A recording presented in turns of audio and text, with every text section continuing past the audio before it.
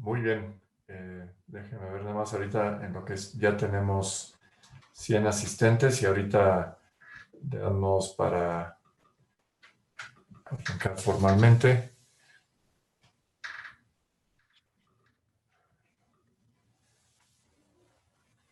Pues, si quieren podemos arrancar. Nada más quería proyectar un segundito. César nos es siempre amable en generar nos genera una pequeña lámina. Es que el sistema no me está dejando abrirlo. Simplemente para dejar registro del título de la reunión. Ahorita veo si se deja abrir y si no, después a lo mejor lo puede insertar manualmente César, que es un mago de las comunicaciones. Pero si quieren podemos arrancar. Tengan todos ustedes muy, muy buenas noches. Hoy tenemos un panel de lujo que ya les habíamos avanzado justamente sobre lo que queríamos platicar hoy en día, que es Sí por México.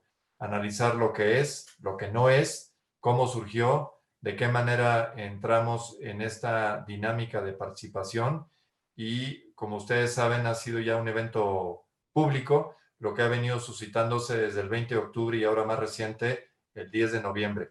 Consideramos en UNE México el Consejo Directivo que era importante, amén de que UNE México sea parte del grupo motor de Sí por México, que era importante justamente abrir el espacio de esta conferencia que tenemos cada 3 semanas para permitir tener un intercambio abierto con dos de las personas claves en estos y en otros movimientos ciudadanos, como son nuestros buenos amigos Beatriz Pajés y Ricardo Pasco. Platicando esta tarde con Polo y yo vamos a moderar. Decidimos, sin preguntarle a nuestros colegas y amigos, que nos íbamos a brincar su resumen curricular. Uno, porque es muy extenso, y dos, porque son figuras públicas, entonces no requieren realmente introducción y preferíamos, digamos, sacarle mayor jugo a sus comentarios y su participación, cosa que estoy seguro nos van a pues estar de acuerdo nuestros amigos asistentes, de los cuales ya tenemos justamente en este momento más de 120. Agradecidos con todos ustedes por aceptar la invitación y acudir de nueva cuenta. Polo, algo más que para arrancar y darle curso al... Nada más, Paco, muchas gracias, darle la bienvenida a todos los asistentes y otra vez agradecer a Beatriz y a Ricardo la oportunidad de compartir con ellos en este panel y que nos platiquen sobre Sí por México, que creo, bueno, estoy convencido que cada día toma más fuerza y el presidente nos tiene más cariño cada día que pasa. Creo que la dinámica que habíamos escogido, Polo, es hacer un par de preguntas e iniciar, digamos, queremos que esto sea un diálogo, que sea un intercambio donde tengamos, digamos, fluidez en los comentarios, en los temas que se van presentando. Polo y servidor platicamos justamente con nuestros panelistas de alguna serie de preguntas que podemos ir haciendo.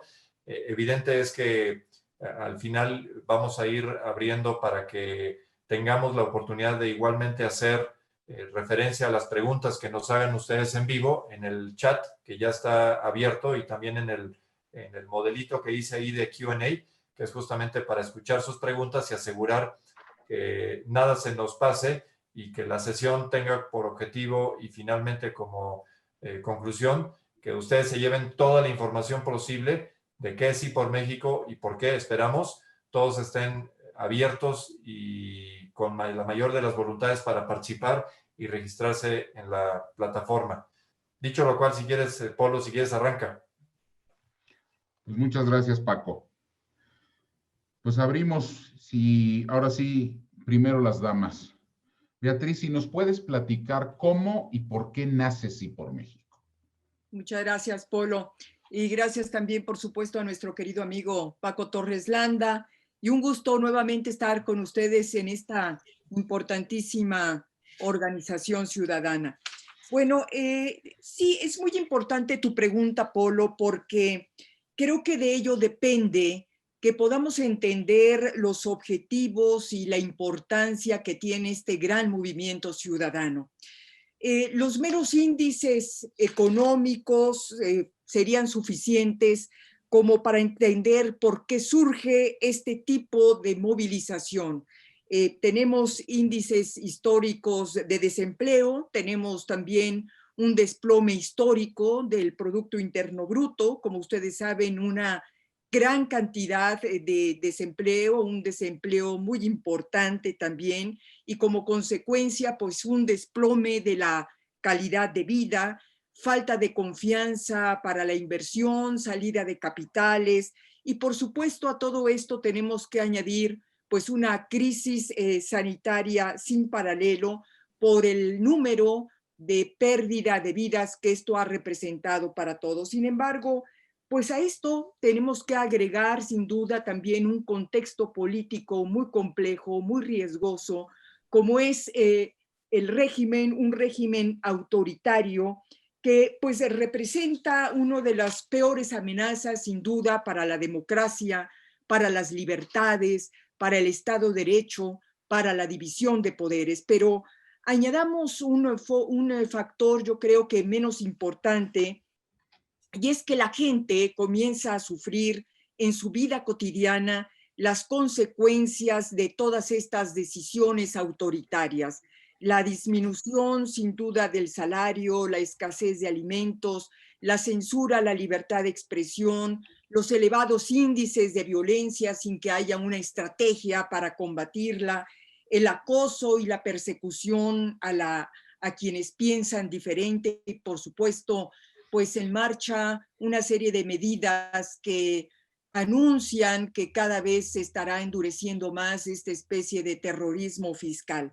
Sí, por México, entonces, creo que es una respuesta a todo este escenario, a esta emergencia de un populismo autoritario que sin duda está destruyendo a la nación, y esta conciencia de pérdida de país es lo que hizo posible, en mi opinión, esta especie de milagro, que por primera vez en la historia, cientos de organizaciones ciudadanas deciden reunirse, deciden articularse con un objetivo común fundamental, que es precisamente la defensa de la democracia y la defensa de las libertades. Sería mi respuesta.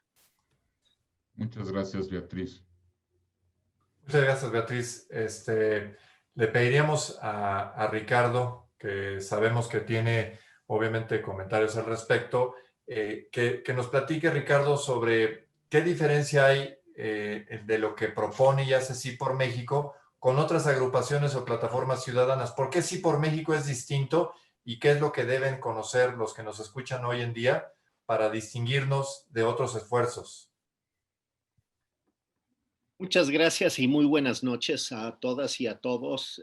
Agradezco muchísimo la invitación de UNE, a Juan Francisco y a Leopoldo, esta oportunidad de estar con ustedes. Veo que hay más o menos 145 personas ya inscritas escuchando, lo cual me parece que refleja que esta nueva ventana de oportunidad que nos da la pandemia, que es comunicarnos por esta vía, pero no solamente existía anteriormente a la pandemia esto, no se había legitimado.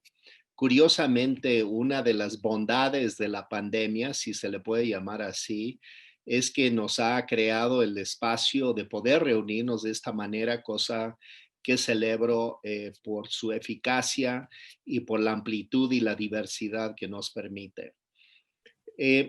Yo pondría esto en el tapete de la discusión, Juan Francisco, Beatriz, Leopoldo, la siguiente idea. Esta organización ciudadana que ha nacido al calor de un proceso de deterioro del país que describió perfectamente Beatriz, con el componente de un gobierno que está cerrando cauces de expresión política, de libertad, de democracia en el país y que amenaza con la posibilidad de instaurar algún tipo de régimen autoritario mucho más profundamente arraigado y controlando a la ciudadanía y convirtiéndonos de ciudadanos en siervos, es el catalizador de esta gran movilización ciudadana, porque creo que es una gran movilización. Somos millones de mexicanos quienes nos hemos tomado la decisión y tiene una característica muy particular.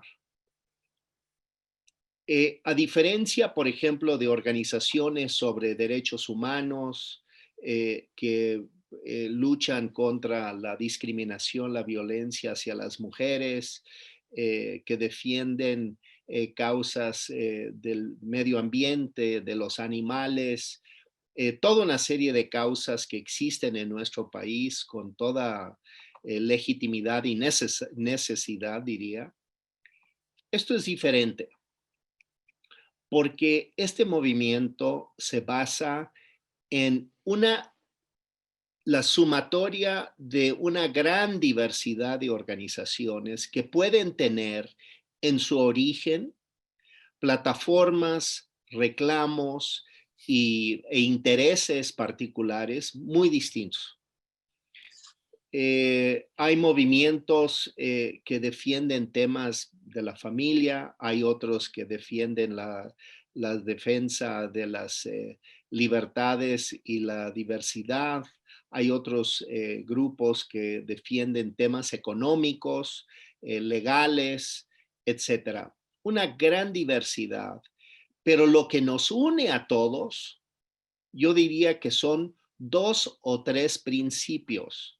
El principio de la defensa de la Constitución, el Estado de Derecho, los contrapesos y por lo tanto la determinación de que debemos participar todos juntos para ganar una nueva mayoría en el Congreso, en la Cámara de Diputados el próximo año.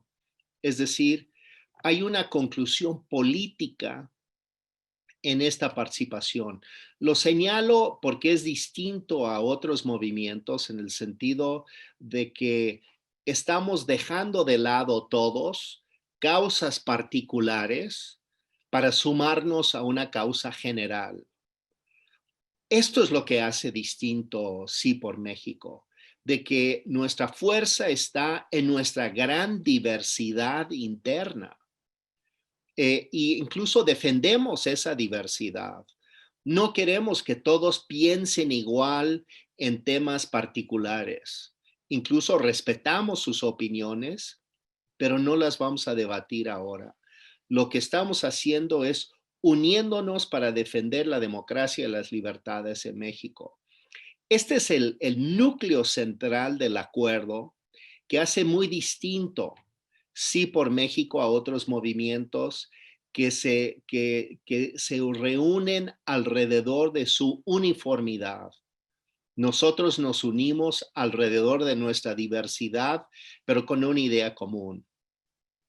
Y por último, quiero enfatizar, Juan Francisco y Leopoldo y Beatriz, que me parece que nunca habíamos visto, y esto lo dijo Beatriz, un movimiento como este. Sí hemos visto movimientos de ciudadanos para apoyar a candidaturas especialmente presidenciales, pero a veces también a nivel de los estados por un candidato a gobernador, etcétera, que representaba una alternativa democrática que incitó a mucho interés. Hay que decir que candidatos como Maquio en su momento, Cuauhtémoc Cárdenas, Vicente Fox, el mismo Andrés Manuel incluso concitó interés en ese sentido, todos ellos como candidatos presidenciales. Pero lo que nunca habíamos visto es un movimiento que se une en torno a una idea. Esto es absolutamente insólito en este movimiento. La idea es la defensa de las libertades y la democracia, y nos estamos uniendo incluso para organizarnos y ganar la mayoría en el Congreso en una elección intermedia. que en nuestra cultura política son las elecciones tradicionalmente más aburridas, menos concurridas, y sin embargo lo que estamos viendo es que la elección que viene promete ser una elección con una altísima participación, con un enorme interés político y que lo quiero decir, donde estamos jugando el futuro de la República. Muchas gracias, Ricardo. Coincido plenamente contigo. Beatriz, veo la pregunta aquí y la habíamos comentado Paco y yo el día de hoy. ¿Cuál es la posición de Sí por México con respecto a Frena? ¿Y qué opinamos de lo que está ocurriendo con Frena y pues yo diría la convocatoria que ha estado haciendo entre la ciudadanía y hacia dónde está llevando el movimiento? Sí, Polo, muchas gracias. Primero, quisiera agregar algo a lo que muy bien expuso Ricardo sobre qué diferencia hay entre Sí por México y otras organizaciones. Yo quisiera agregar que efectivamente Sí por México no es un movimiento más, y entre otras razones porque, y esto es una opinión muy personal, creo que estamos ante una especie de glasnost mexicana, es decir, ante una lucha que pretende recuperar espacios democráticos, que pretende revertir leyes autoritarias una vez que ganemos el Congreso, específicamente la Cámara de Diputados, que pretende evitar la consolidación de un régimen personalista totalitario. Es decir, Sí por México lo que está ofreciendo es ese espacio político de coincidencias entre partidos políticos y sociedad organizada para construir ese escenario que nos permita transitar hacia la democracia, o llamémosle la recuperación de la democracia. Y utilizo el término glasnost porque fue precisamente, como todos recordamos, la reforma política de reapertura, de reconquista de libertades que utilizaron los rusos para desmantelar el régimen soviético. Y lo uso para que podamos sobre todo entender el tamaño, la dimensión de esta empresa que pretende encabezar Sí por México. Por eso, efectivamente, como bien lo decía Ricardo, este no es un movimiento más que se circunscriba únicamente a apoyar a un determinado candidato o defender una de las muchas causas. No, yo creo que Sí por México lo que está haciendo es poder encabezar una gran transformación, una gran recuperación de espacios libertarios y democráticos. Paso a la pregunta que me hace Polo: ¿qué opinión tenemos en Sí por México de Frena? Yo por principio diría que Sí por México es absolutamente respetuoso de todos los movimientos ciudadanos, sociales que puedan surgir a lo largo y a lo ancho del país en defensa de lo que es común. Y creo que lo que nos puede unir en este momento con Frena es precisamente la recuperación del equilibrio de poderes. Claro que hay una diferencia fundamental porque entre Frena y Sí por México tenemos opiniones distintas con respecto a los métodos, con respecto a los medios, pero sin embargo creo que en algún momento seguramente vamos a coincidir en lo fundamental, y lo fundamental es precisamente la defensa de la democracia. ¿Cómo queremos hacernos nosotros?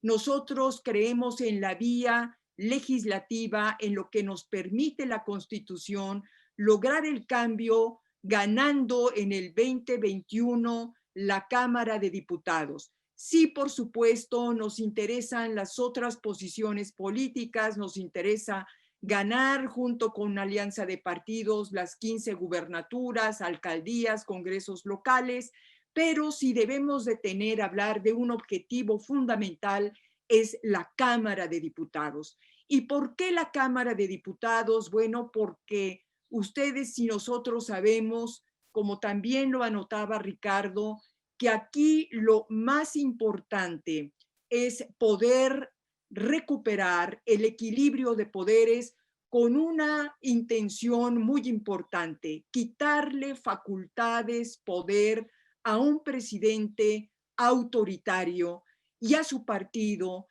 que de ganar nuevamente, de mantener la mayoría en la Cámara de Diputados el próximo año, nos enfrentaríamos como nación a un serio riesgo, porque entonces estaría Morena y el gobierno en condiciones de poder derogar un texto constitucional, el texto constitucional vigente, y estarían en condiciones de poder convocar a una asamblea constituyente para redactar y aprobar una constitución a la medida de un presidente que quiere tener facultades absolutas.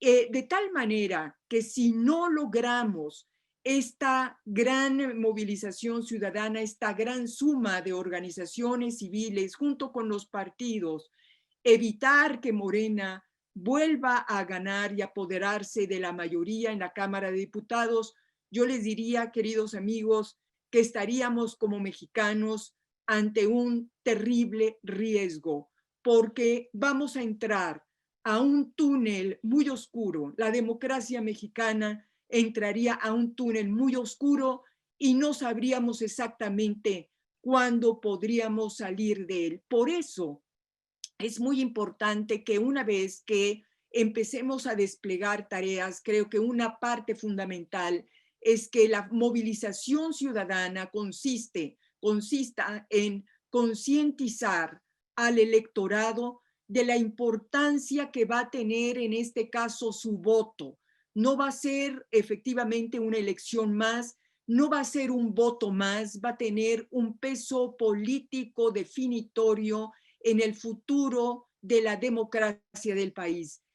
Hay que decirle a los ciudadanos que con su voto va a definir si México va a seguir siendo un país libre, democrático o va a dejar de serlo. Muchas gracias. Muchas gracias, Beatriz. Y muy importante lo que señalas, porque efectivamente los riesgos son no menores y tenemos que aprender a reconocer el panorama para actuar en consecuencia.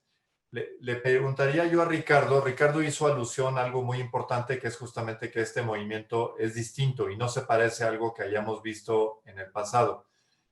Bajo esa premisa, Ricardo, inclusive hay preguntas que dicen, bueno, ¿y cómo aseguramos que Sí por México tenga la cobertura geográfica, temática, social, etcétera, digamos, segmentada a lo largo y ancho del país, para asegurar que sea un movimiento que tenga potencia, reconociendo que el 6 de junio de 2021, tú ya lo dijiste, las elecciones intermedias normalmente no son de mayor atracción, pero estas son distintas y además tienen un componente muy notorio, que es la localidad.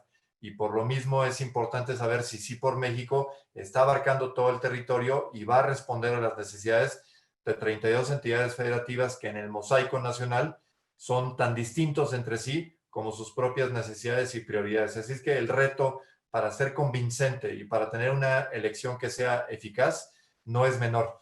No sé qué nos puedas platicar sobre el particular. Sí, muchas gracias.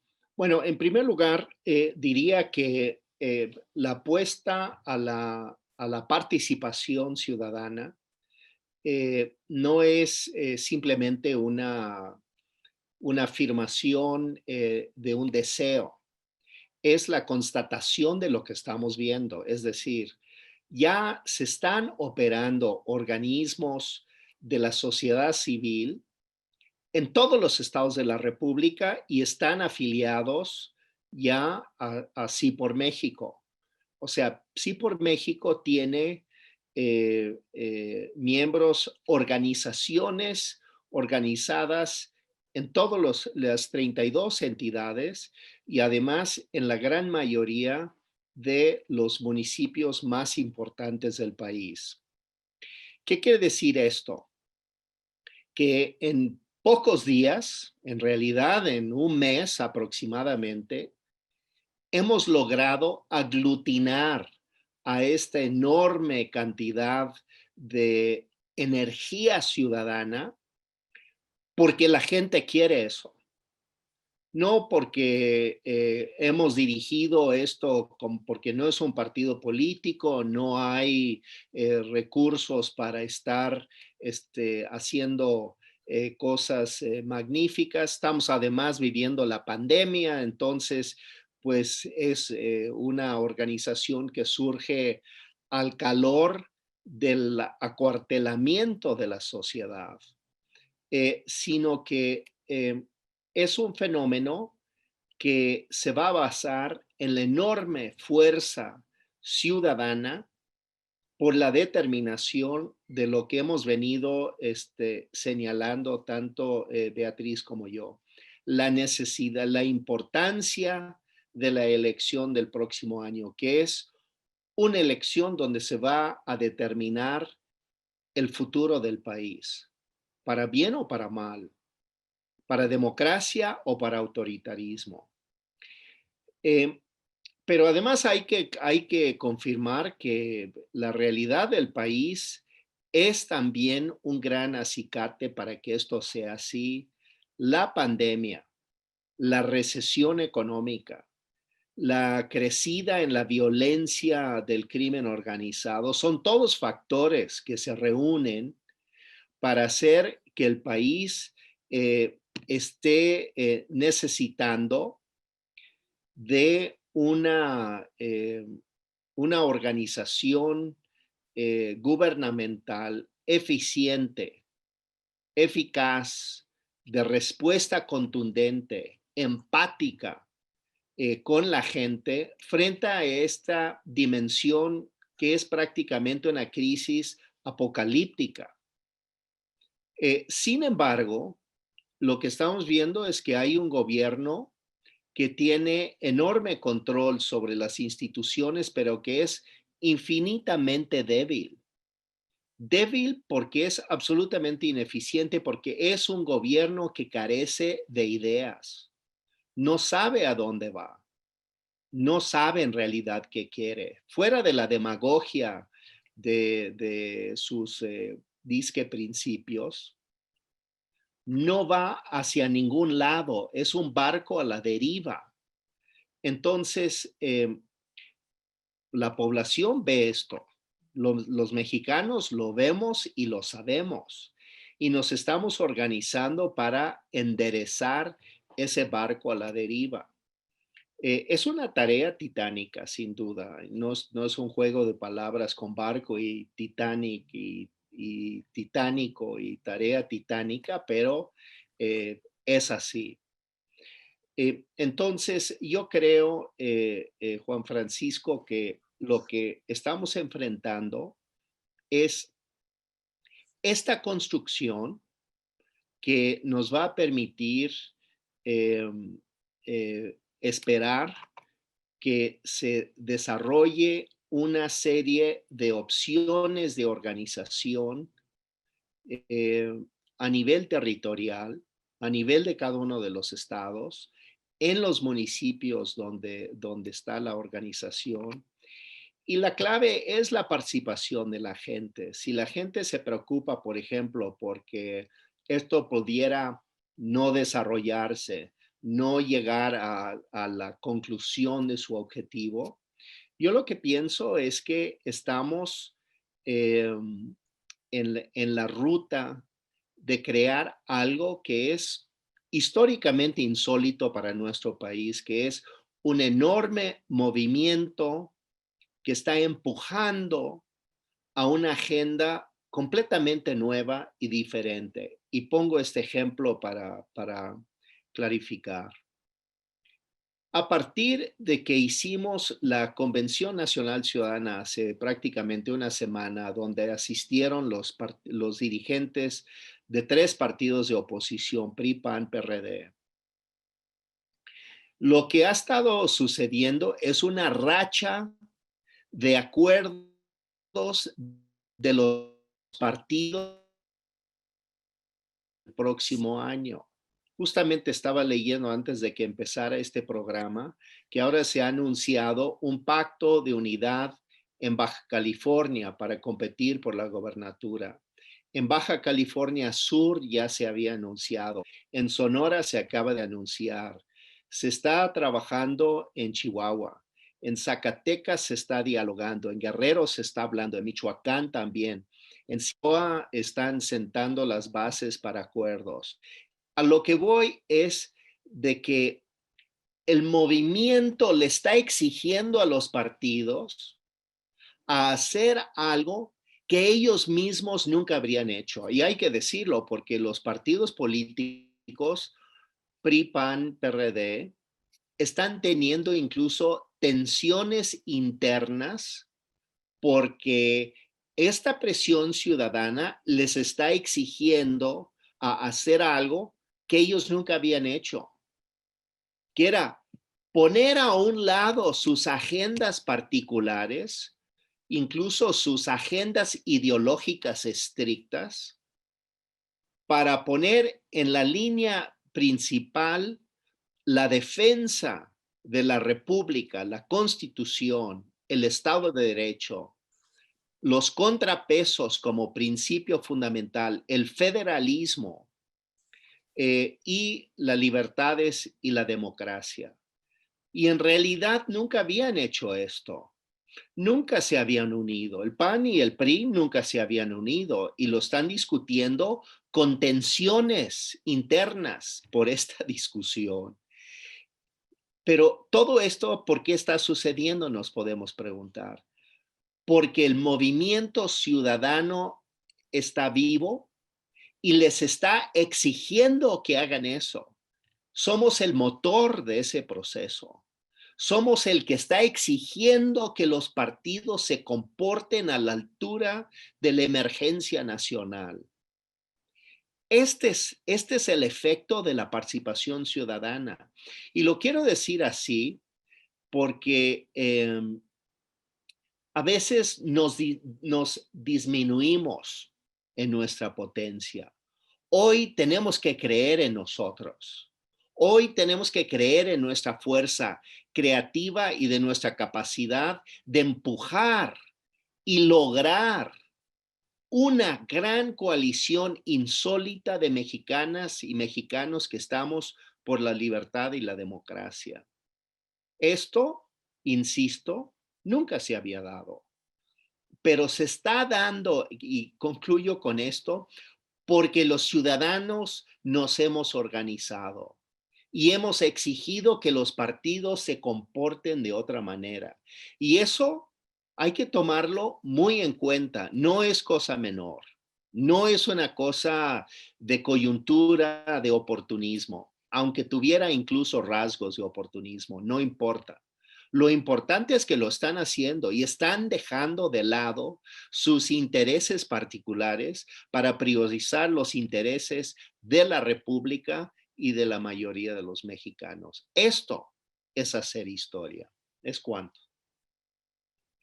Muchas gracias, Ricardo. Coincido plenamente y como bien dices, hemos sido testigos de tensiones al interior de los partidos, en las organizaciones. El cambio no es sencillo, pero la única manera de poder ser partícipes en este cambio es entrar dentro de las organizaciones, impulsar, buscar qué es lo que nos está uniendo y de alguna manera estar impulsando todo esto. ¿Por qué? Porque estamos, como bien han dicho ustedes tres, en un momento de crisis. Está en riesgo la democracia, está en riesgo las instituciones, está en riesgo el futuro de México. Y es lo que hace que esté de esta manera viviendo México. Beatriz, yo te pediría que me dejes llevarte un paso atrás. Hemos comentado en algunas ocasiones anteriores, dentro de los foros, chats, conversaciones informales, de repente empezamos a escuchar con que Sí por México es un movimiento de derechas, es un movimiento de empresarios, es un proyecto personal de 2 personas, que si le falta pueblo. ¿Qué opinas tú al respecto? ¿Qué comentas con lo que a ti te ha tocado ver siendo parte del grupo motor de Sí por México? Gracias, Polo. Bueno, yo creo que aquí estamos en 2 personas que si alguien quiere acusar así por México o señalarlo de ser de derechas, pues ni Ricardo Pasco ni yo estamos públicamente identificados con esa posición. Yo creo, Polo, que me parece que se han dicho muchas cosas de Sí por México y me parece que es con el ánimo de descalificar un gran movimiento. Y bueno, y la primera persona que lo ha descalificado ha sido el presidente de la República, que pues nos ha acusado de ser conservadores y de ser reaccionarios.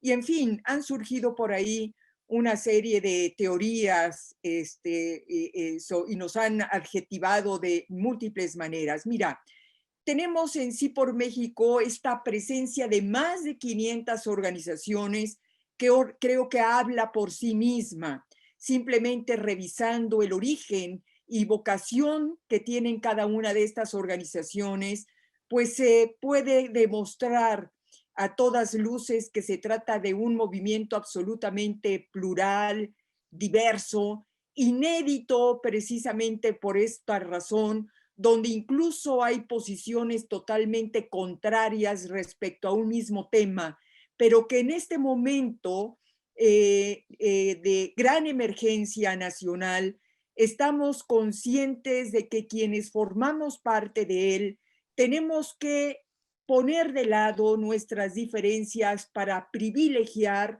el interés nacional.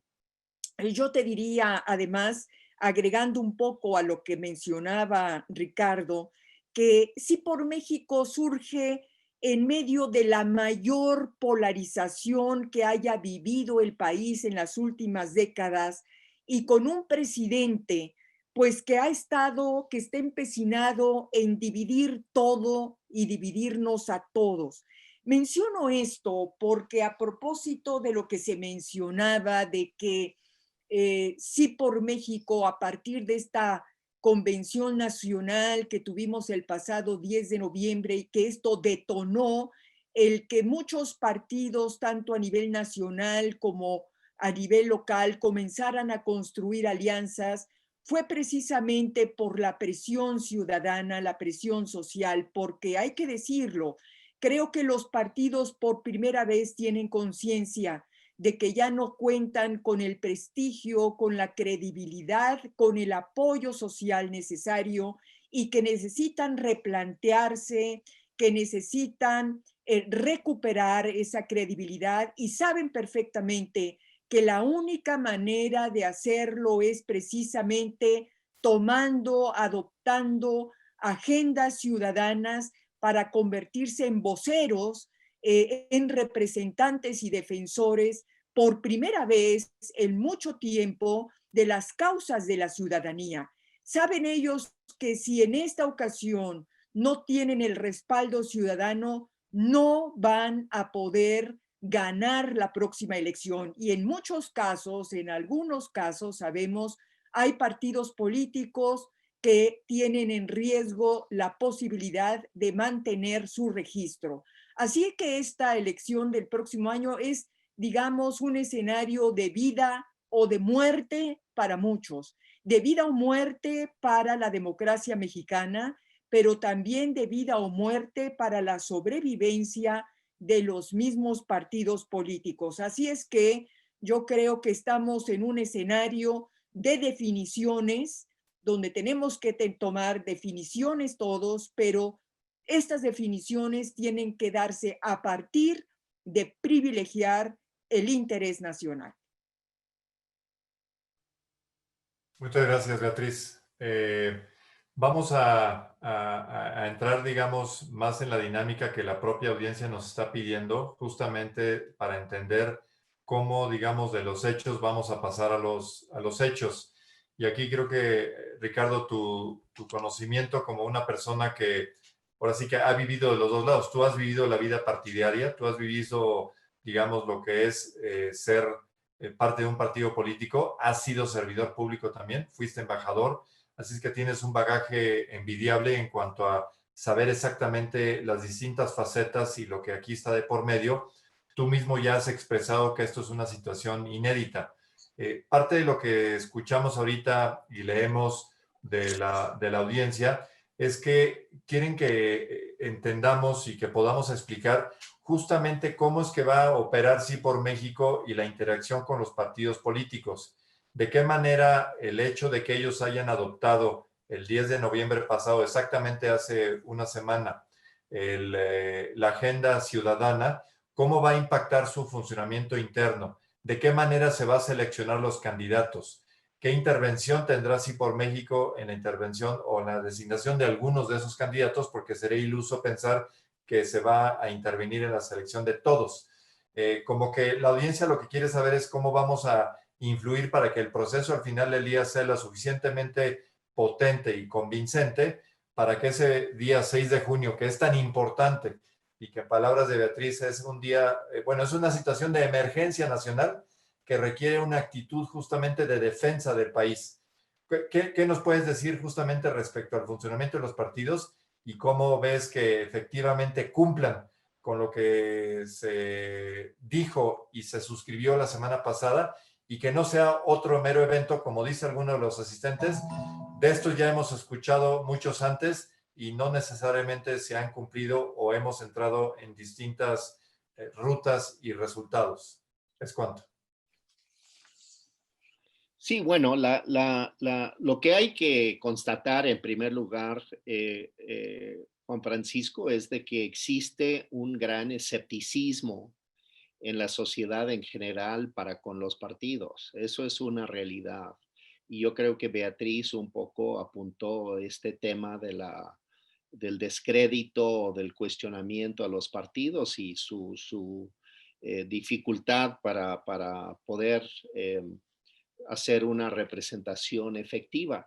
Y de hecho, lo que hemos sentido muchos en los últimos 2 años, por ejemplo, del gobierno actual, es de que los partidos de oposición básicamente han tendido a no brillar, por no ofender a nadie, pero no se ha sentido ni su fuerza, ni su papel de dirección en la oposición y demás, excepto con cuestiones excepcionales que hemos visto cuando se hizo el bloque de contención, por ejemplo, que por fortuna se mantuvo y pudo jugar un papel importante, pero digamos, fuera de situaciones muy particulares, se acaba de aprobar, por ejemplo, en la Cámara de Diputados, el presupuesto. Yo digo que es un presupuesto de una mentalidad de piratería partidista absoluta, donde se descarta a toda la sociedad, todos los intereses de la sociedad para atender a los intereses piratescos de un partido político. Y esto no se pudo parar.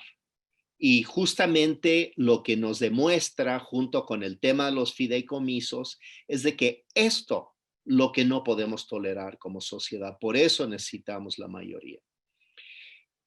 Pero volviendo a tu pregunta, Juan Francisco, lo que estamos promoviendo en primer lugar es la creación de estructuras en todos los estados y en todos los estados de la República y en todos los municipios donde esto sea posible. Que las organizaciones crean sus capítulos locales, digamos, de Sí por México. ¿Qué significa eso?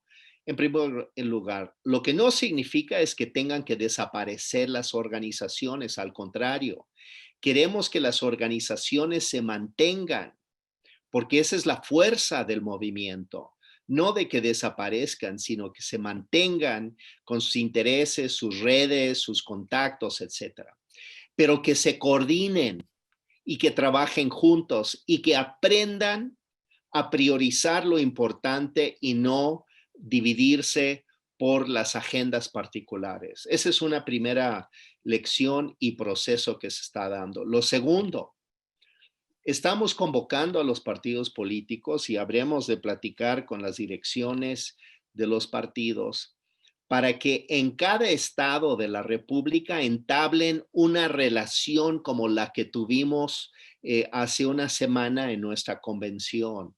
Que hagan convenciones a nivel de los estados.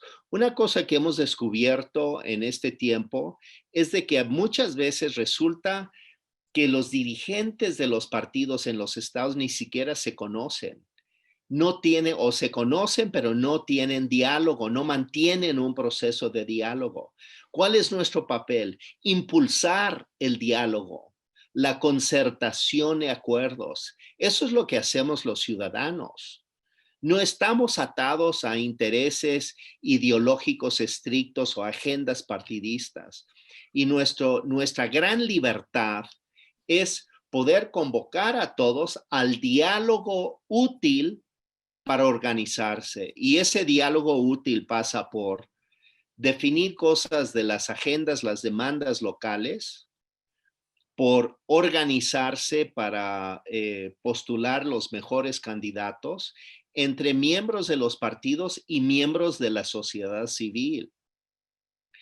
Y en tercer lugar, de hacer la campaña conjuntamente, de organizar a los ciudadanos para que todos tengan su credencial de elector, para que todos salgan a votar, para defender el voto y defender nuestra mayoría que estamos convencidos que podemos alcanzar en junio del próximo año. Es una tarea titánica, porque además estamos enfrentando a un Estado, y me refiero no solamente al gobierno, a un Estado que va a utilizar todos los recursos, tal y como lo vimos con la aprobación de este presupuesto de piratas, que van a utilizar todos los recursos del Estado para tratar de coaccionar a los ciudadanos para votar por ellos a través de los programas sociales y los famosos servidores de la nación. Este es un aparato electoral en los 300 distritos electorales del país, y lo dirige directamente el presidente de la República y su hombre de más confianza, Gabriel García Hernández. Ellos dos son representantes, son responsables de esta estructura, y nos estamos enfrentando a eso. Es decir, como lo sabemos, nuestro público puede entender que no estamos entrando a este proceso con ninguna ingenuidad. Sabemos exactamente a lo que nos estamos enfrentando, que es una tarea monumental para frenar a un proceso de lo que yo consideraría un fraude electoral, es decir, la compra masiva del voto, y que estamos en condiciones, por lo tanto, de enfrentar esto organizándonos. Y la estructura que se va a tener que crear, aquí tenemos que ser muy creativos. Insisto, por lo que hemos dicho Beatriz y yo, esto es una estructura insólita y es un fenómeno insólito.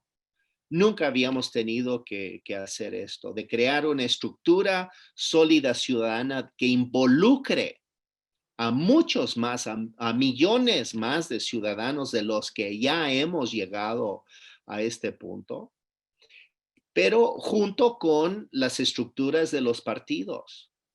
Esto es lo que nos va a dar el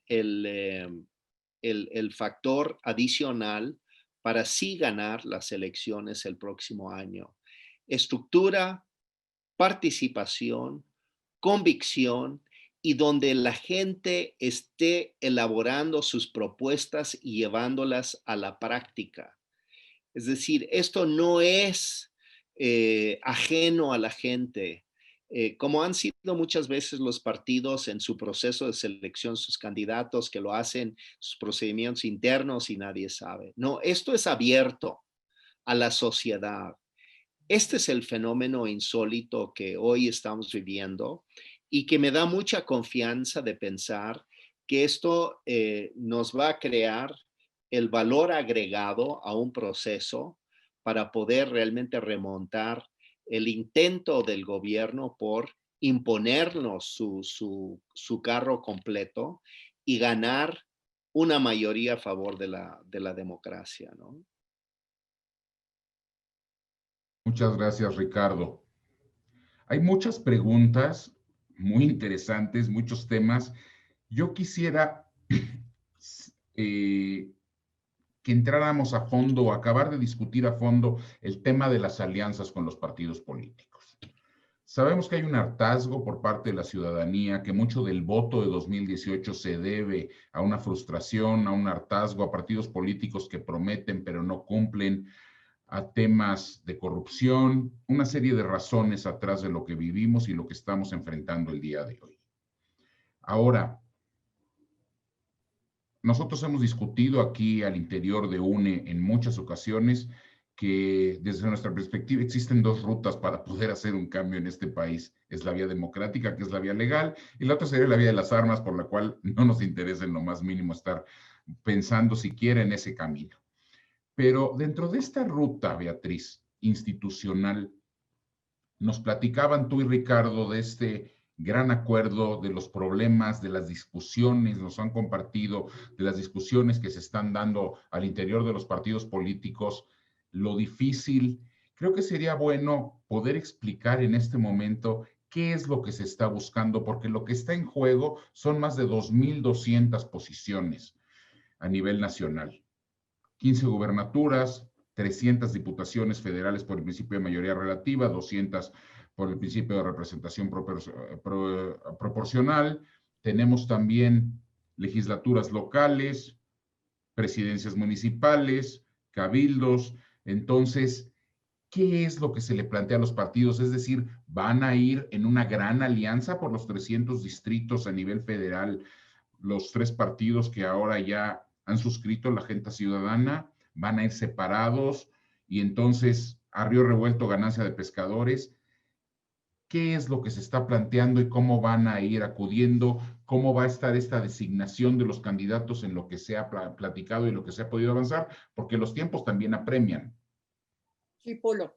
Bueno, primero quisiera responder algunas preguntas que veo por aquí en el chat y que son muy, se reitera la pregunta y sobre lo que también ya habló Ricardo, pero un poco para desarrollarlo un poco más.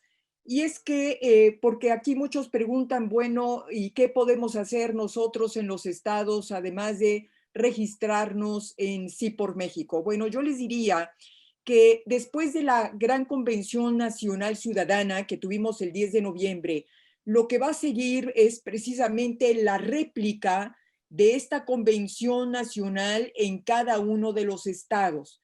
En cada entidad habrá un Sí por México que llevará a cabo su convención local, donde también se presentará y se retomará una agenda ciudadana en función de las necesidades y de las exigencias que haya en la localidad, para que a su vez los partidos políticos locales y los candidatos locales también puedan asumir esta agenda y puedan defenderla.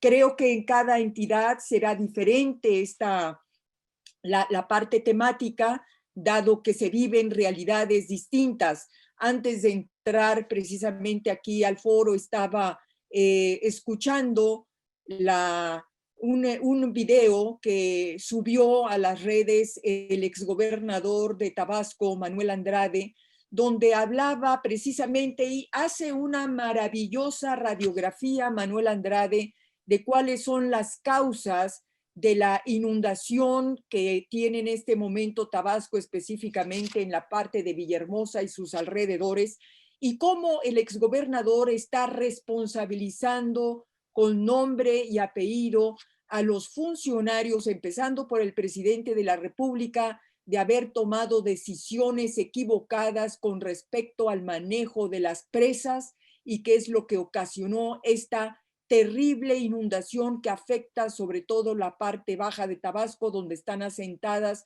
las comunidades indígenas y que además esto fue decisión del presidente. Bueno, esto simplemente va a exigir que Sí por México Tabasco pueda recoger y pueda enarbolar todas estas demandas que está enfrentando y que va a enfrentar la sociedad tabasqueña y las comunidades de la región para poder hacer propuestas.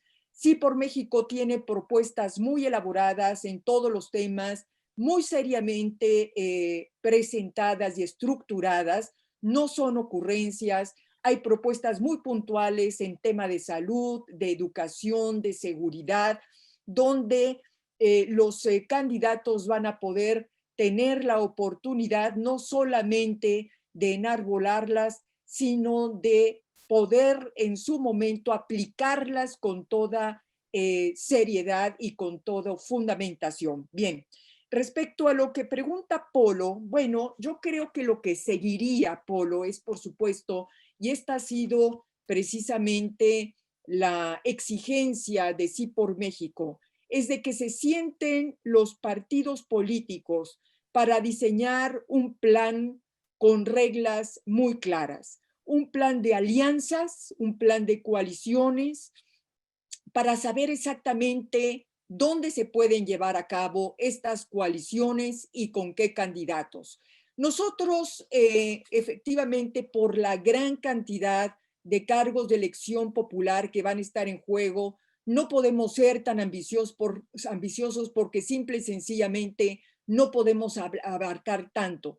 Nosotros estamos concentrados sobre todo en lo que consideramos que es fundamental en este momento, y es ganar la Cámara de Diputados. Es decir, que los partidos políticos puedan a nivel nacional ponerse de acuerdo para saber exactamente en qué distritos pueden ir en alianza con candidatos ciudadanos y en qué distritos pueden ir en alianza con candidatos partidistas.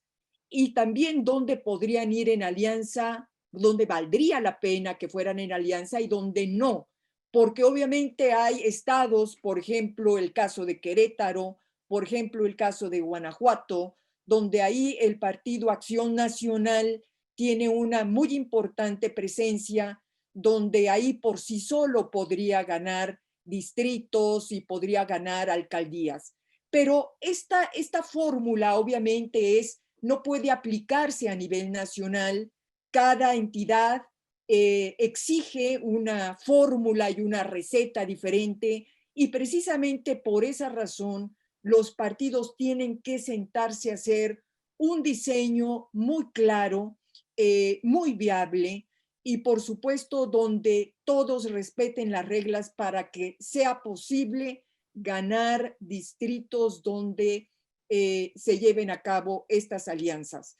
Los partidos sabemos que tienen, entiendo, hasta el 20 de noviembre para definirlas, y lo que convendría al país en este momento es que cuando menos, pues 3 de ellos formaran un gran frente común para ganar precisamente la Cámara de Diputados. Todos estamos conscientes, además hay una cosa, todos estamos conscientes de que la suma de emblemas o de logotipos partidistas no significa un triunfo electoral en automático. No es suficiente una alianza. Habrá que diseñar una estrategia, habrá que diseñar tácticas, habrá que promover candidaturas ciudadanas verdaderamente válidas, ganadoras.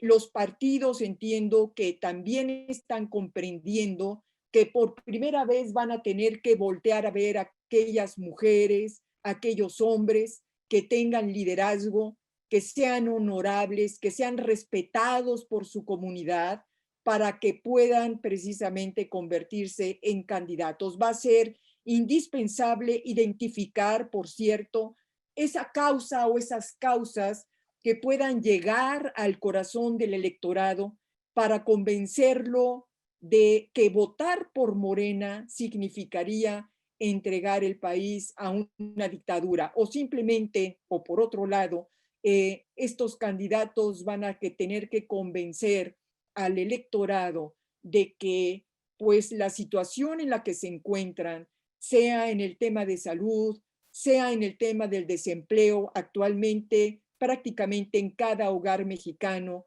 hay una o más personas en el desempleo. Y creo que uno de los grandes méritos que va a tener que lograr los partidos y los candidatos es que se pueda vincular, que logren que el electorado pueda vincular lo que le está sucediendo en su casa, en su día a día, con las decisiones que se están tomando tanto a nivel nacional o en su caso con un alcalde de Morena que los gobierne. Creo que esto a grandes rasgos, Polo, sería lo que podría decirles en términos de lo que tendrían que hacer a futuro los partidos políticos. Muchas gracias, Beatriz. Ricardo, siguiendo lo que señalaba ahorita Beatriz de justamente escuchar lo que están señalando la propia audiencia, he aquí capturado algunos de los temas que nos están pidiendo y veo dos vertientes importantes. Por un lado, encontrar de qué manera hacer más patente que efectivamente las malas decisiones que este gobierno ha tomado y sigue tomando. De hecho, creo que el video del gobernador se lo mandé yo a Beatriz, justamente porque me pareció contundente la explicación de alguien que más allá de filias y fobias, explicó en manera puntual la serie de criminales conductas que llevaron a decisiones terribles que hoy en día pues seguramente costaron vidas, patrimonio, calidad para muchas personas que hoy la están pasando realmente mal y que si la lectura no es mala es que esto tiene que ver justamente con una corrupción de otro tipo que quizá no habíamos visto en el país, como es la asociada a la ineptitud y a la falta de mejores prácticas y de tener gente que sepa manejar cuestiones técnicas, porque esto de 90% honestidad y 10% técnica es un disparate completo. Y repito, estamos pagando precios enormes y como dirían por ahí en mi pueblo, y no me echen a andar con el tema de COVID, porque ahí obviamente estamos hablando de probablemente de cientos de miles de muertes que se podrían haber evitado y que se siguen acumulando. Estamos a nada de pasar los 100,000 oficiales y que en cuentas no oficiales probablemente sean más como 300,000 o quizá incluso más. Pero veo que hay un enorme acervo de preguntas diciendo cómo hacer que toda esta serie de malas decisiones tengan un costo y que efectivamente no siga presentándose este efecto teflón en que parece que al señor se le resbala todo como si no hubiera ningún tipo de posibilidad de que la ciudadanía fuera realmente capaz de ejercer un escrutinio, en este caso el 6 de junio. Y hablando del 6 de junio, otras preguntas se ciñen, Ricardo, en torno a el que ocupa hoy Palacio Nacional se ha caracterizado por una cosa en su vida. Nunca ha reconocido una elección en que ha perdido. Reconoce las que gane y dicho de paso nada más ha ganado 2. Pero todas las que pierde, por definición, están truqueadas, son un fraude o hay un complot, como dice él, de por medio. ¿De qué manera debería estar la ciudadanía preparada para enfrentar un escenario en que nuevamente el 6 de junio de 2021, ante la debacle, este túnel oscuro que ha descrito Beatriz y que tú has complementado, genere una situación donde efectivamente el señor no las va a ver consigo y su partido probablemente, toco madera, no tenga la fórmula ganadora, ni ellos ni los partidos satélites? ¿De qué manera deberíamos estar preparándonos para ese posible escenario? ¿Es cuánto? Bien, bueno, en primer lugar, efectivamente hoy rebasamos los 99,000 muertes de COVID. En 2 días más, 3 máximo, estaremos arriba de los 100,000. Y es como una cosa, como yo decía anteriormente, es como una condena apocalíptica este asunto, porque va creciendo y junto con la pandemia va creciendo el tema de la recesión económica, de la violencia. Estados Unidos acaba de publicar un estudio sobre el crimen organizado en el país. La conclusión es que el control territorial que tiene el crimen organizado en nuestro país ya llega es muy cerca del 50% del territorio físico de nuestro país. Entonces, gravísimo. Quiere decir que en México no hay Estado. o hay estado en apenas la mitad del país y en la otra mitad no hay estado. Esto es una crisis total, completa. Y sin embargo, da la impresión de que el gobierno y especialmente el presidente no se da cuenta de ello, no quiere percatarse de ello, no lo evalúa, no lo siente como tal. Más allá de especular sobre las razones y las motivaciones de ello, lo que nosotros estamos obligados a hacer es hacer señalamientos puntuales, permanentes sobre todos estos problemas. Porque finalmente las palabras pesan en la cabeza de la gente. Y cuando se repiten cuáles son los problemas insistentemente a la gente empieza a entender con toda claridad y aprenden a pensar de otra manera las cosas. Y pongo este dilema que tenemos de cómo tenemos que pensar las cosas. Por ejemplo, vean ustedes todas las encuestas donde el presidente tiene arriba del 50% de aprobación en la encuesta. Pero métanse en la encuesta y vean qué opina la gente del manejo de la pandemia, de la economía, de la violencia, de su propia situación personal. Siempre está reprobado el presidente en todas las encuestas. Y entonces vivimos una contradicción total. La gente aparentemente lo aprueba, pero reprueban todas sus políticas. Esa contradicción que está patente en todas las encuestas es algo que nosotros tenemos que aprender a construir un diálogo y una narrativa con la población para que pueda empatar su rechazo a las políticas del gobierno con su desaprobación de la gestión del presidente. Es una tarea también cultural y educativa, sin duda, pero nos tenemos que abocar a ello porque estamos llamados a ganar la elección convenciendo a la mayoría de los votantes de que lo que decimos es lo correcto. Tenemos que hablar con la verdad y hablar con datos. Y es una tarea muy difícil, pero puedo decir que estaba viendo los datos de Biden y Trump ahora en Estados Unidos. Biden tiene cerca ya de 8 millones de votos más que Trump. Quiere decir que sus palabras convencieron. El presidente trata de convencernos permanentemente y por eso hace las mañaneras. Él lo dijo una vez, porque él siempre dice en realidad cuál es su debilidad. Si uno lo escucha con cuidado, él revela sus temores y sus debilidades.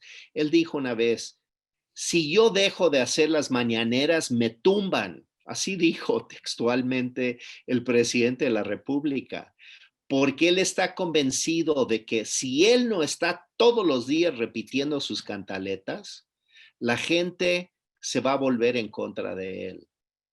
Va a llegar un momento en que aunque lo esté diciendo, ya no va a estar la gente con él.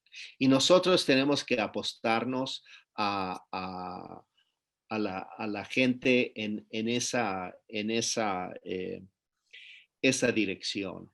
Entonces, sí estamos construyendo y sí por México tiene toda la intención de contribuir a esa visión de cómo construir una cultura digamos, de conocimiento. Y no lo digo académicamente, lo digo como el conocimiento, de ese conocimiento a que hacía referencia Beatriz, del ex gobernador de Tabasco, que al decir eso, la gente en Tabasco se da cuenta de lo que es la verdad de lo que ha hecho Andrés Manuel, que es inundar a una parte de la población para salvar a la ciudad y salvar a Dos Bocas.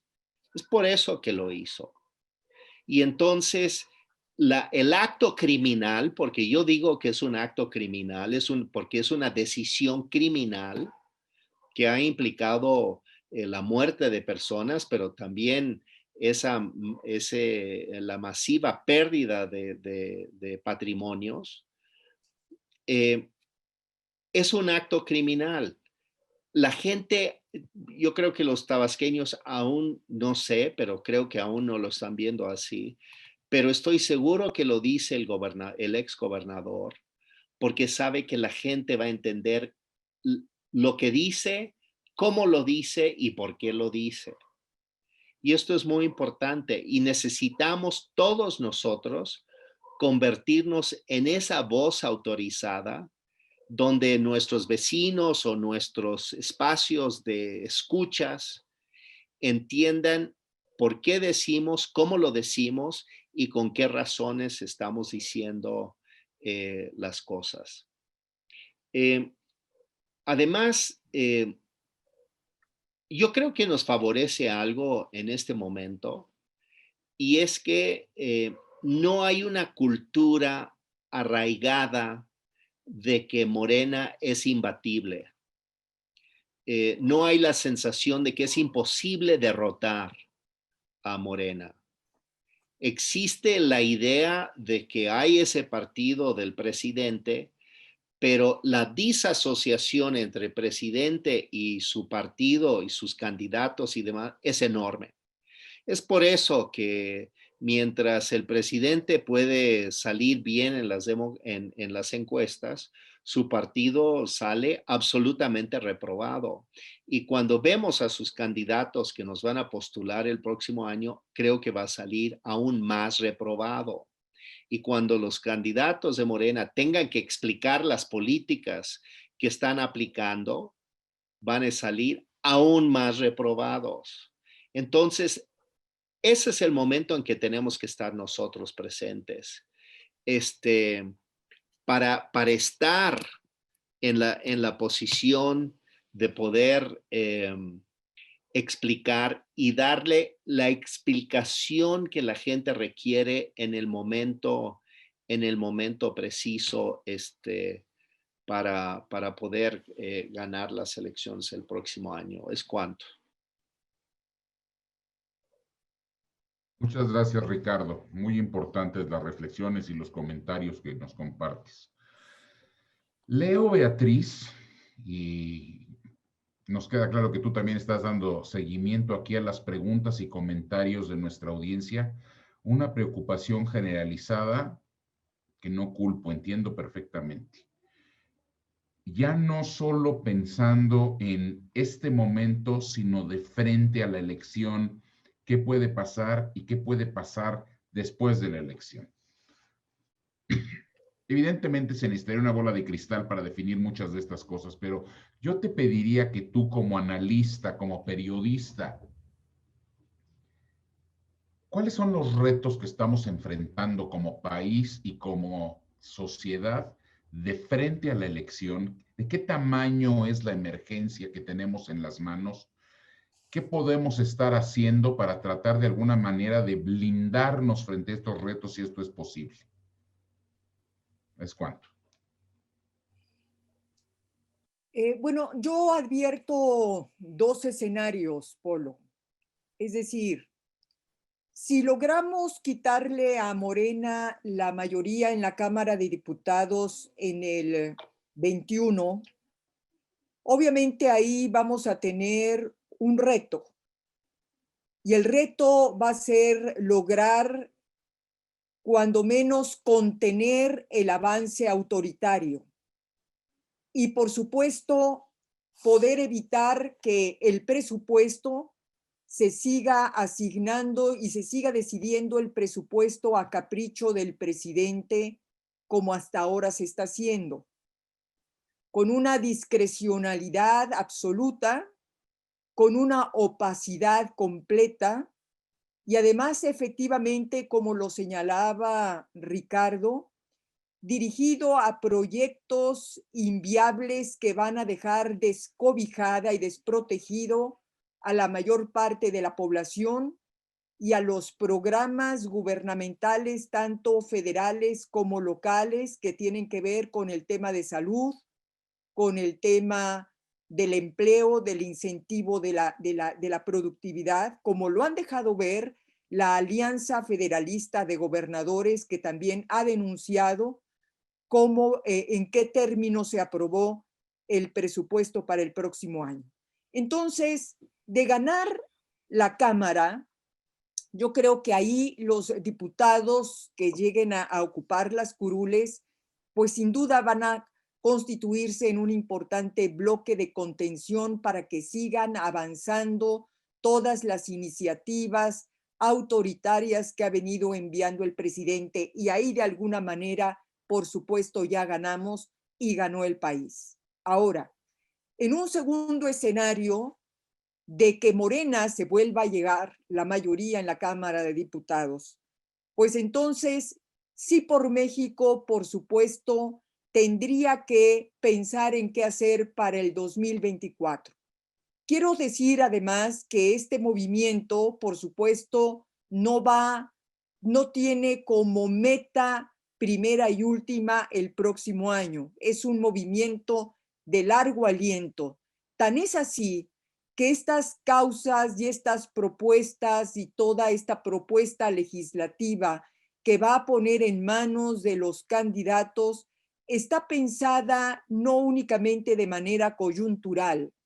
Muchas de estas propuestas tienen que ver con la construcción de un nuevo orden nacional y mundial que se avecina y al que nos ha puesto como desafío toda esta etapa COVID, donde necesariamente tiene que haber un replanteamiento completo de muchas cosas, de la gobernanza, de la misma política económica y social, sin duda en el tema medioambiental. Sí, por México tiene esta visión de futuro que no termine en el 21 y que pretende ir más allá del 24. Incluso yo les diría que en Sí por México tenemos una frase que hace acuñado y que dice que no queremos regresar al pasado, pero tampoco quedarnos donde estamos.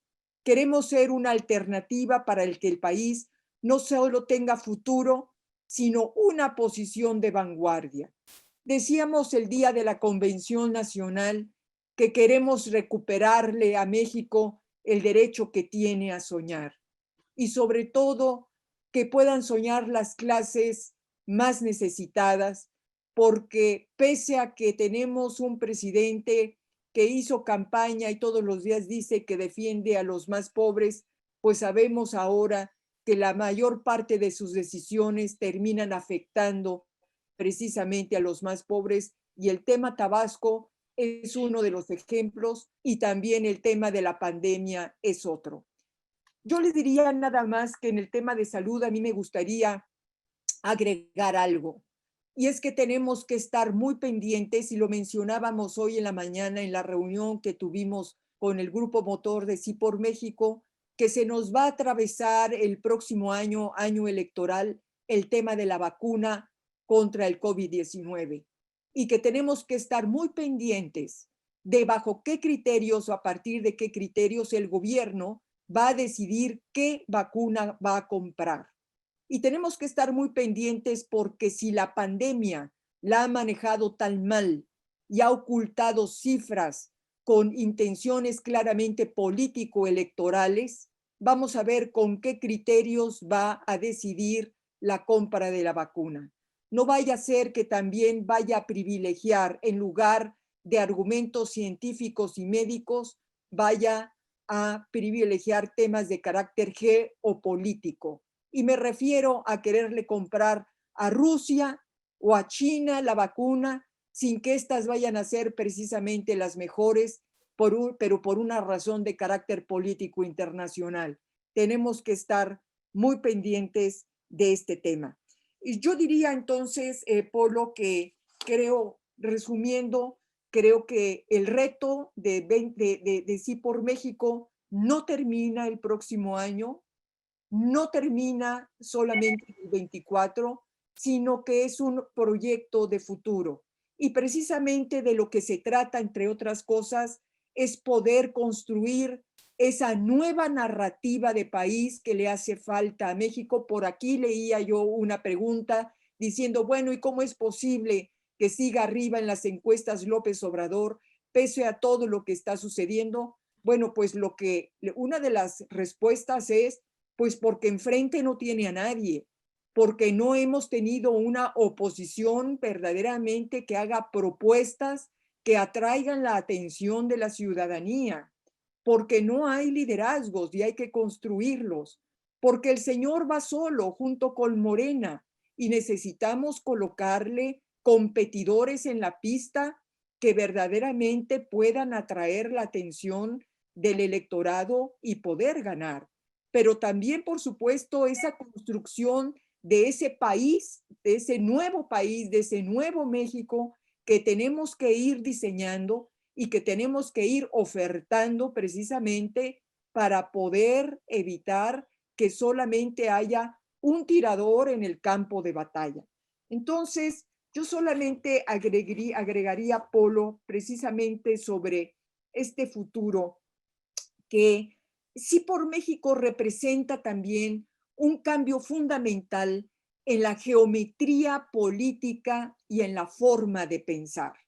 Ya no más ejes del bien y del mal, ya no más dividir al país en buenos y malos, en conservadores y liberales y toda esta cosa que el presidente menciona todos los días. En sí por México lo que queremos es que sea un espacio de coincidencias donde el diccionario y el vocabulario sean otro. Estamos obligados a replantearnos la forma de pensar, la forma de hablar, la forma de relacionarnos. En sí por México, yo digo a veces que no hay lugar para este apartheid, para este racismo ideológico, para esta exclusión de ideas, de pensamientos que nos ha puesto el presidente y que ha instituido el presidente, y que tenemos que liberarnos de ese maldito vocabulario y de ese maldito eje del bien y del mal que tanto daño nos está haciendo. Entonces, yo diría que eso son parte de los desafíos que tenemos. Totalmente, Beatriz. Un desafío enorme que tenemos como sociedad y que sí por México se ha dado la tarea de enarbolar las piezas de un rompecabezas, ¿no? Los engranes de una gran maquinaria ciudadana que puede justamente modificar el destino actual del país, que se ve tan negro y tan lúgubre como los cimientos de la refinería de Dos Bocas, que hoy en día están sumergidos en la ineptitud, sumergidos en la absoluta desapego a la ciencia y en una conducta de derrochar recursos y no escuchar a nadie. Y hablando de eso, Ricardo, y como última parte de la ronda de preguntas antes de cerrar con comentarios, tratando también de aglutinar las preguntas que estoy viendo del grupo, hay como algunas nubes en el horizonte, como puede ser justamente el no blindar la Constitución, como el hecho de que se note que Andrés Manuel, como tú te refieres a él, parece un ausentismo mental porque ya hay cuestiones en que parece que vive en una realidad paralela o distinta en la que no distingue realmente los problemas que están suscitándose, pero sobre todo que hay una pues real amenaza de que ya no hablamos de militarización. De hecho, escuché que ya no sé, el término correcto de lo que estamos viviendo en el país es militarismo, que es un grado todavía mayor de los riesgos que tiene que ver con el uso exacerbado de Fuerzas Armadas y tiene que ver con el tema electoral, porque al final del día el temor es que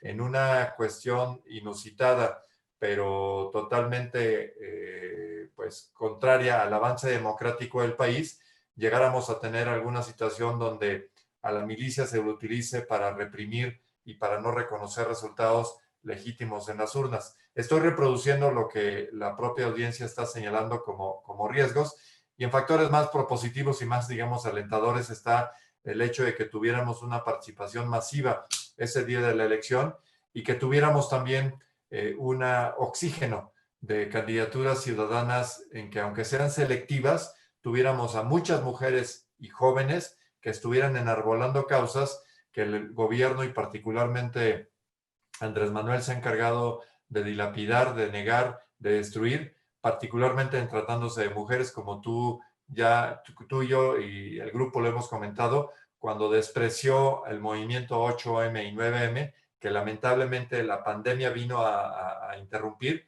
pero que ahí quedó claramente la semilla de la discordia y de un desconocimiento, nada más y nada menos al 52% de la población. Entonces, como que todo esto tendríamos que hacer un andamiaje que fuera propositivo y que realmente entusiasme para que con unas urnas muy cargadas de entusiasmo, con una ciudadanía presente, logremos hacer que estas elecciones, que tradicionalmente no son bien atendidas, sean las más concurridas del país justamente por los riesgos que están frente a nosotros. ¿Es cuánto? Sí, yo creo que son inquietudes que plantea el público que son muy importantes, porque son preguntas que en el fondo todos nos hacemos y de alguna manera con aproximaciones sucesivas estamos tratando de dar respuesta. En primer lugar, evidentemente los peligros están ahí. Ya hemos escuchado barruntos de que sectores de Morena ya están planteando una nueva constitución que sería para crear una república popular, que quiere decir básicamente que el Congreso ya no tendría sentido, los contrapesos no tendrían sentido porque sería una república donde las cosas, incluyendo la justicia, se resolverían a mano alzada, básicamente.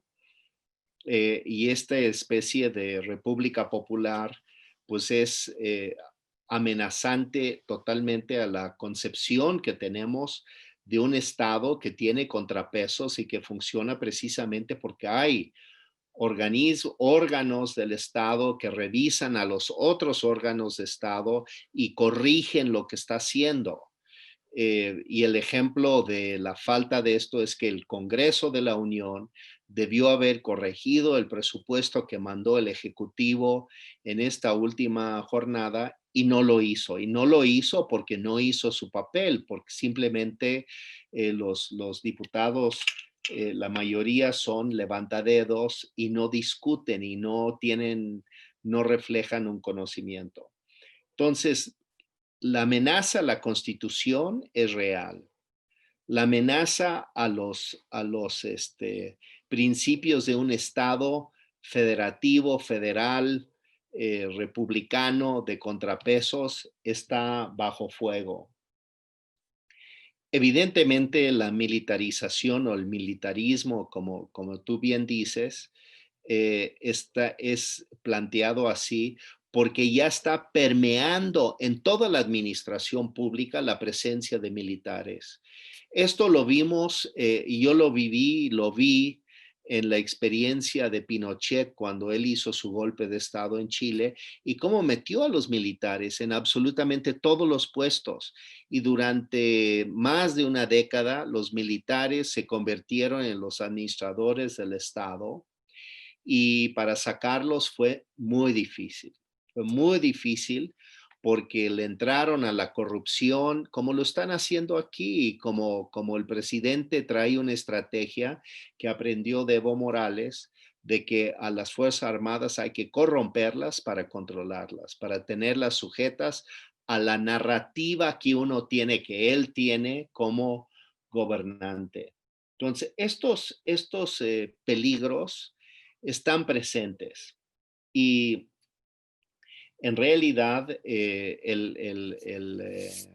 la amenaza que se cierne sobre la cabeza de la República es real y efectivamente lo que tenemos que promover es una participación muy amplia con candidaturas muy representativas. Yo hablaría que tenemos que hablar en positivo, y por eso nuestra organización se llama Sí por México, No estamos diciendo no a López Obrador y a Morena, estamos diciendo sí a México, que es esta visión de que ni estamos regresando al pasado, ni nos podemos quedar donde estamos, sino que vamos hacia un futuro positivo, construido entre todos y para todos. Entonces, las candidaturas tienen que reflejar esa condición. ¿Y quiénes son las candidaturas que queremos promover? Yo diría que en otro tono son las víctimas de la 4T. Nuestras candidaturas tienen que ser las víctimas de la 4T. La gente que no tiene medicinas, la gente que ha sufrido con el tema de con la crisis económica, que ha sufrido la violencia del narcotráfico y los homicidios, la desaparición de familiares, incluso la desaparición no solamente por violencia, sino también por el tráfico de personas, etcétera. O sea, toda la violencia que existe en nuestro país, que es mucha y muy profunda y muy vieja y viene de muy atrás, es algo que tiene a una parte del país convertido literalmente en una gran tumba.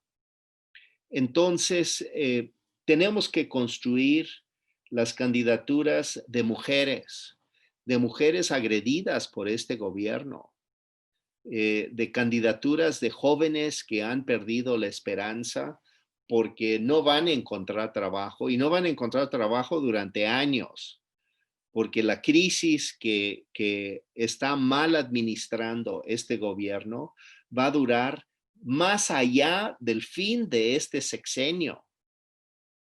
Entonces, todos son víctimas de la 4T.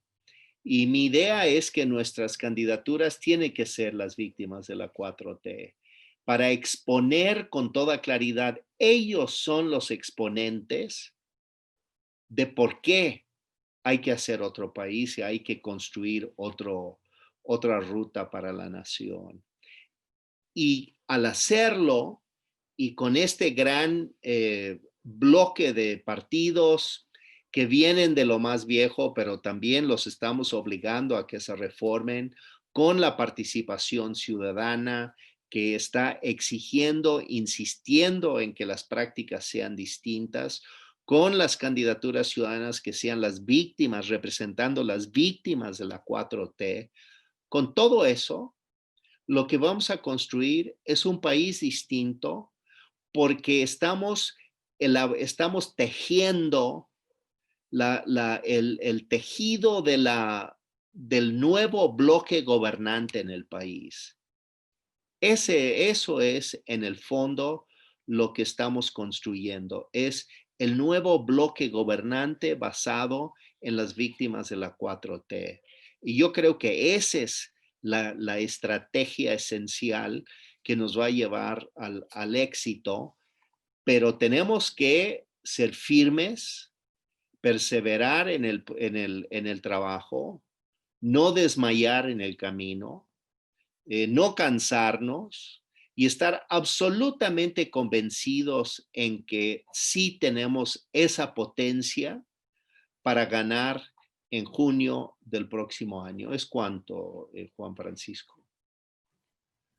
Muchas gracias, Ricardo. Pues creo que la sesión ha sido exhaustiva y ha sido enriquecedora. Lo vemos en los comentarios, obviamente toda la gentileza, la importantísima aportación de ideas, de experiencia y de entusiasmo que Beatriz y Ricardo nos han dejado esta noche. Y repito, así se desprende de los comentarios, donde efectivamente hay una gran esperanza de que venga algo importante para México y para los mexicanos. Y como dicen en mi pueblo, no hay mal que por bien no venga. Y si tuvimos que aprender de esta manera, lo importante es que la ciudadanía entienda que la apatía, la indiferencia, la insensatez que en gran medida privó durante muchos años en que pensamos que simplemente acudiendo el día de la elección era suficiente como para después dejar las cosas a la deriva. Estamos pagando un precio altísimo por esa conducta, pero ya aprendimos y ya sabemos que el movimiento no es coyuntural, es permanente, que la actitud ciudadana se requiere 24/7, que el hecho de ser contestatarios no es una moda, sino es una obligación, y que el efecto de haber, insisto, dejado que las cosas llegaran a lo que Héctor Aguilar Camín calificó como el accidente democrático de 2018, es resultado de esa apatía. Pero ya muchos hemos entendido que eso no va a ser así, que 2021 representará un quiebre, un retorno hacia la vía de un mejor país, de que otro México sí es posible, de que la defensa de las instituciones y los derechos va a ser algo en lo cual podamos enarbolar esa agenda mínima ciudadana que afortunadamente hace 8 días aceptaron los partidos políticos y que la ciudadanía tendrá el eje rector de esto. Entonces, creo que con esos mensajes nos vamos, con esos mensajes podremos dormir mejor hoy y levantarnos mañana con el entusiasmo para que de aquí, antes decíamos que faltaba mucho tiempo, pero pues ahora ya falta nada más como 7 meses, así es que tenemos poco tiempo para la enorme proeza de rescatar al país. Como ha dicho nuestra buena amiga Beatriz, la emergencia nacional es en serio y esto requiere, ante grandes males, grandes soluciones. Ciudadanía plena, integrada, consciente y enarbolando eso, una gran esperanza, que es al final del día lo que hemos venido propalando en UNE México durante los ya años en que hemos venido existiendo. Antes de despedir la transmisión, no sé si Polo, Beatriz, Ricardo quieren hacer un último comentario, pero ya no les quiero robar más de su valioso tiempo. Pues, Beatriz, no solamente darle las gracias, Juan Francisco, Polo, y por supuesto a los ciento y tantos participantes que nos hicieron el honor de acompañarnos y decirles que pues este reto y este compromiso obviamente es de todos porque tenemos que salir a las calles a convencer a mexicanos como nosotros que tenemos que defender el país en las elecciones del próximo año. Aquí no tiene que haber más interés. La única palabra a defender y el único ideal y compromiso a defender se llama México. Y digamos sí a México. Muchas gracias. Ricardo. Sí, bueno, sumándome al comentario de Beatriz, yo creo que tenemos que aprender a creer en nosotros mismos y creer en nuestras fuerzas. Creer que incluso podemos equivocarnos, pero corregir. Yo creo que lo que mencionaba sobre las encuestas de que dan la aprobación al presidente y sin embargo lo reprueban en todas sus políticas, nos tiene que enseñar en tener confianza en nuestro juicio. Para mí, esas encuestas lo que reflejan es que en gran medida no confiamos en nuestro juicio. Creemos que está mal la economía, está mal la pandemia, está mal la violencia, pero le damos el pase al gobernante. Tenemos que cambiar esa mentalidad y ser congruentes, profundamente congruentes con nosotros mismos. Y es una tarea que todos tenemos que desarrollar y ser certeros en nuestro juicio y no tener miedo a la verdad. Esa es la gran lucha que tenemos que lograr para vencer en junio del próximo año. Muchas gracias, Ricardo. Pues yo coincido con lo que decían Paco y Beatriz. Creo que a final de cuentas hay buenas noticias. Yo creo que desde el hecho que en la mañanera nos hayan mencionado ya varias veces, cuando todavía no tenemos ni un año de vida, ni un mes de vida, algo bueno está ocurriendo por ese lado y algo les está quitando el sueño en Palacio Nacional que hace que esté mencionando y mencionando. Empiezan a salir algunas encuestas, retomando ahorita lo que decía Ricardo sobre el tema de las encuestas, y con todos los asegúnes, entendiendo que ahorita las encuestas tienen un problema metodológico en el cual todas ellas están hechas a través de consultas telefónicas y no de manera personal casa por casa, con lo cual tiene un efecto metodológico importante, pero dejando a un lado esto, empezamos a ver ya que hay algunas encuestas ahora que empiezan a entrar en coalición PAN, PRI y PRD, en el cual empieza a poner a los candidatos en muchos de los estados por arriba de los candidatos de Morena, lo que no habíamos visto hasta hace 2 meses. Vimos las elecciones en Coahuila y en Hidalgo, en el cual en Coahuila pues el PRI retomó, más que el PRI, el gobernador retomó con un trabajo político profundo un carro completo, no obstante el trabajo del gobierno federal. En Estados Unidos, yo creo que la elección y el triunfo de Joe Biden nos dan luces de que es posible deshacernos de este tipo de políticos populistas. Entonces, es juntos, es con una visión, es con aquellos puntos en los cuales verdaderamente encontramos la coincidencia y no estar buscando las divisiones, como vamos a lograr dar un nuevo rumbo a nuestro país. Va a ser posible, no va a ser sencillo, y hay que entender que ahorita no necesitamos de caudillos, necesitamos del trabajo de cada uno de los ciudadanos, porque la próxima elección es una elección interna. No vamos por presidente de la República. No esperemos esos liderazgos, vamos a impulsarlo nosotros mismos.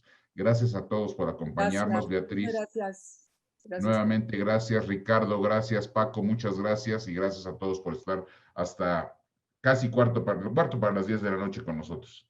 Sí, les agradecemos gracias. Y obviamente el evento quedó grabado, lo vamos a distribuir por redes sociales para que todos se beneficien de tan interesante exposición. Muchísimas gracias, Beatriz, Ricardo, y nos vemos pronto. Gracias a todos. Abrazos fuertes. Un abrazo, cuídense mucho. Gracias.